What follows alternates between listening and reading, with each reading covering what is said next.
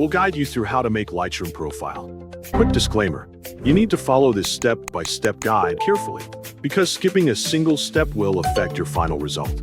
If this guide helpful, don't forget to like and subscribe. First, don't forget to comment if you still need our help or want to ask something, and we will reach you as soon as possible.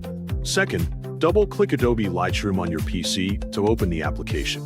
Once Lightroom is launched, import the photo you want to edit into the program.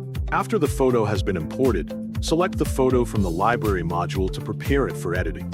Next, click the Develop module to access the editing tools and adjustment settings. When the Develop module is open the Basic panel to view the main editing controls. After opening the Basic panel, select the profile you want to customize from the available profile options. Choose a profile that you want to modify and use as the base for creating your own editing style. Once the profile has been selected, adjust the editing settings to change the appearance of the photo. Modify different settings such as brightness, contrast, and other adjustments to create the desired look.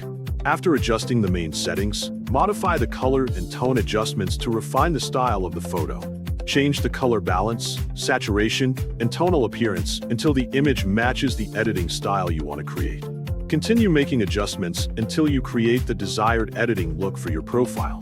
After achieving the preferred appearance, open the Presets panel to save the editing style. Inside the Presets panel, click Create Preset to begin saving the current editing settings.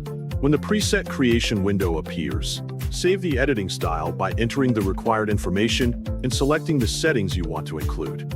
Confirm the saved adjustments and create the preset with the customized profile settings. After saving the editing style, review the final result and check that the editing style appears correctly. Continue editing your photos with the updated performance settings. Finally, export the edited photo to save the finished image.